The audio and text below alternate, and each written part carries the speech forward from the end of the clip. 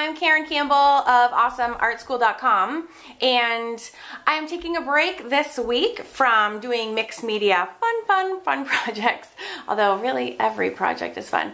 I'm taking a break from mixed media though to give you a full-length tutorial on how to draw the nose. I know a lot of people have trouble with that, but I think if you understand there's like a little structure underneath all that shading, I think sometimes that can help. Last month I did the eyeball full time, and this should not be as long, but hopefully it will be just as informative. So I hope you enjoy. Thanks. Okay, first of all, it's, you know, they call it the ball of the nose for a reason, so we're going to start by drawing a circle. And just do the best you can. If you can't draw a perfect circle, then grab something in your environment that is a perfect circle and use it to trace. You have all sorts of options there. And try not to totally muddy your paper. I'm doing this whole project in a 4B. I like doing a pretty bold pencil because by pushing lightly, or not pushing very much, you get a light mark, and by pushing down strongly, you get a really bold mark. So this kind of runs the gamut for me, and it's great for blending. So that's why I'm using this pencil. So we're gonna start with a ball of the nose, and then we're gonna lightly draw the bridge, but super light because there are no actual lines, you know, in the face. So I'm going to do this very lightly on either side. That will be the bridge, but those lines will actually disappear as we add our shading marks. Then I'm going to do a little light line across the center like this. And this just gives us, it's a guideline because we need to know where the nostrils are going to go. So right away I can take, this is the front of the nose, and our nostrils are going to come up and meet that line on either side. Whoop. Okay, and all I'm doing is pressing down harder. Okay, just like that. No big deal. Okay, and then on the outside of these lines, we have to draw kind of the outside portion of the nostril, if you will. So I'm going to just kind of do like parentheses on either side of the nose.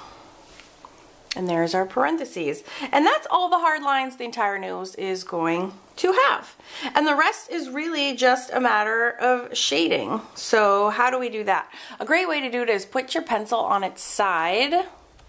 So rather than drawing down like this, I'm going to put my pencil on the side, and I'm going to very lightly along those first lines that I've drawn. And I really actually want to erase this top of the ball there too. Okay, so I'm going to really lightly with the side of my pencil. I usually call this laying down some graphite. You're literally laying it down on the ground, on the paper. Okay, and we're gonna do this on either side. We have this shape. Okay. Boom, boom, boom. So the nose is created all by making shadows. Okay.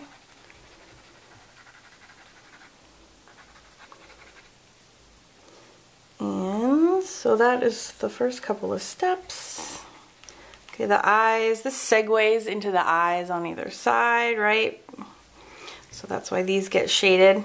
But that's not our focus right now. And before I go any further, I can take my blending stump, which is the only other tool you need, and the dirtier the better. And I can put this on its side like so. And this blends those sketch marks together. Okay. And if you notice, I haven't done the sides of the nostrils yet at all. And I'm just smoothing these out. This is a really smooth, like Bristol cardstock. But you could use just regular computer paper also. Okay. Blah, blah, blah. And we have this beautiful shape here. Okay, and then we're going to add a little bit more shading to the tip of the nose. And so what that looks like is we're gonna leave this portion highlighted on either side, and so we can lay down a little bit at the edges, or we can actually simply just blend this line that I already put down. There is probably enough there, and that's another reason why I use the 4B. If you use a soft enough pencil, these original lines you put down will be soft. And also, if your blending stuff is dirty, then you have plenty to work with, which is awesome. And then while I'm leaving this area white, we're gonna just go ahead and add some soft shadows here. And I'll add some soft, kind of blend it into this already mushed up blendy part. Okay. If this was drawing a full face, you'd know that the under the nose is always in shadow as well. So, and like this is the little lip dip thing under it. Okay, but there's always like a shadow because this is so pointy that the shadow will fall under the nose. And we could even do like, this could be like this goes down to the lips right underneath it, but we're not going to get into all that. But just so you know, I'm sure you all know what a face looks like. Okay, and now these lines are kind of getting lost, so I'm going to go back and push down a little bit harder and accentuate kind of where the nostrils are. And then on either side a little bit. Okay, and then we can add more shading. Now sometimes if you want to make like the impression that this is really the ball of the nose, you can actually go back and just with our shading, you can smear some of that graphite kind of up and over so that that accentuates the roundness of the ball of the nose. Okay, and if you want to get really technical, you can bring these, add some subtle shading, which is why I'm not laying out any more graphite, because this needs to fade to white in the center. But there is like a gradual building up of graphite, which gives this the impression of depth from the sides to the middle. And then if you want to, again, exaggerate or accentuate how tall this nose is, you can go ahead and add, again using the side of your pencil, add some more depth, add some more graphite on either side. You can also switch to a softer pencil. I could switch to like a 6B or an 8B and go in and accentuate the darker areas, which are these areas that you see me shading right now. So along the sides, those original areas that we shaded. Okay. And then you can blend these together.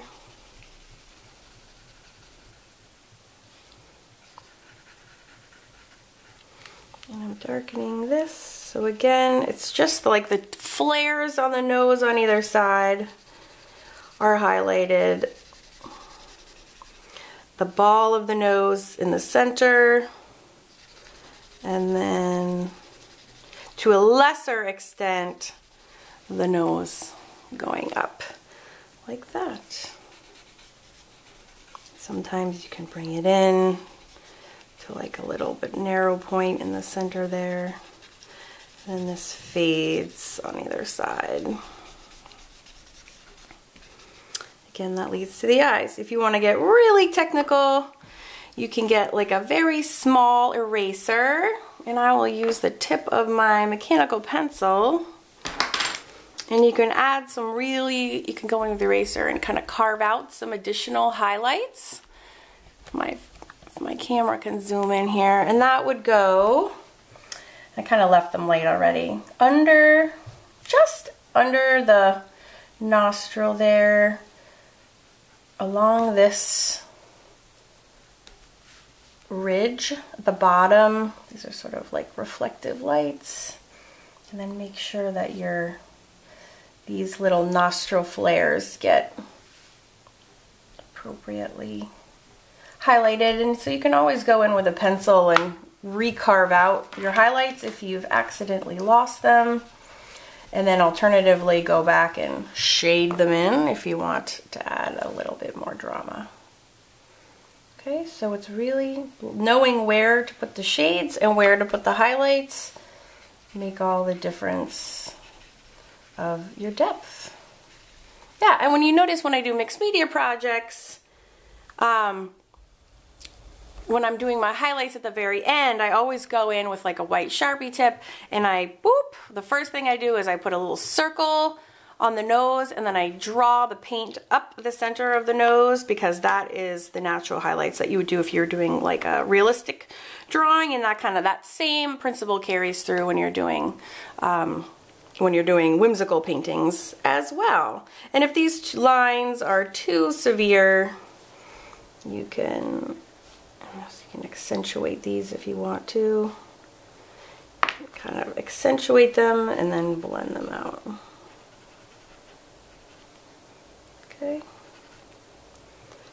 And that is our nose. So I hope you enjoyed this tutorial. I will no doubt do one on the mouth, since I'll have done the eyes and the nose, and I feel like bad for the mouth got left out. So thanks for joining me. If you have any questions, pop them in the comment section. If you have any ideas for future tutorials, I am all ears. You can also put those in the comments section. A lot of my full-length tutorials I don't have on YouTube. I actually have them living in a classroom at awesomeartschool.com, and the classroom is called Free Monthly Tutorials, so you can find a good compilation of those there as well. So thank you for joining me, and I will see you next time.